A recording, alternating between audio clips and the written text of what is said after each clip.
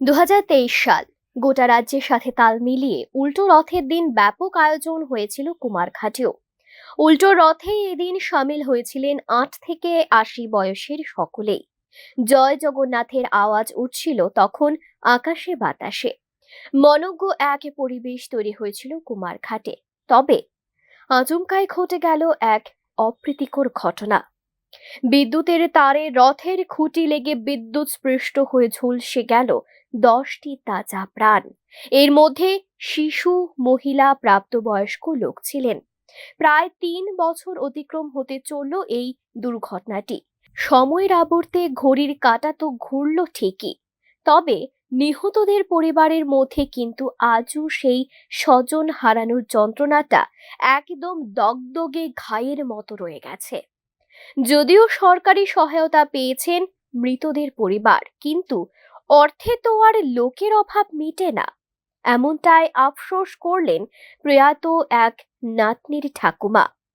দুঃখের সহিত তিনি বলেন, তার পরিবারের দুজনকে হারিয়েছেন।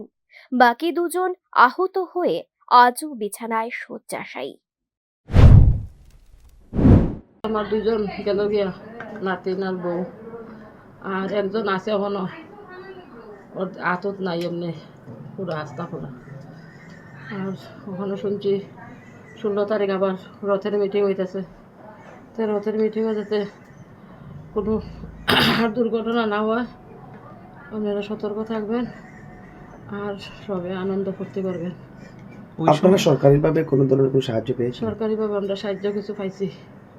কত টাকা পেয়েছেন? সরকারি পাইছি, কত টাকা পাইছি আমি কইতাম পারি না, আচ্ছা, আমি তো জানি না। তো আপনাদের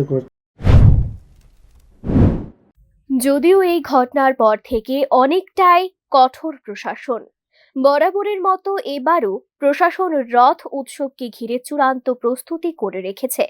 এমন ঘটনা যাতে আর দ্বিতীয়বার না হয় সেদিকে নজর রয়েছে গোটা প্রশাসনের বলেই খবর।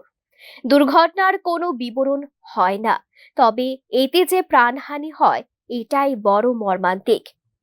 কাজেই সাবধান থাকাটা জরুরি প্রত্যেকের জন্যই বলে জানিয়ে দিল প্রশাসন। Bureau report, news now.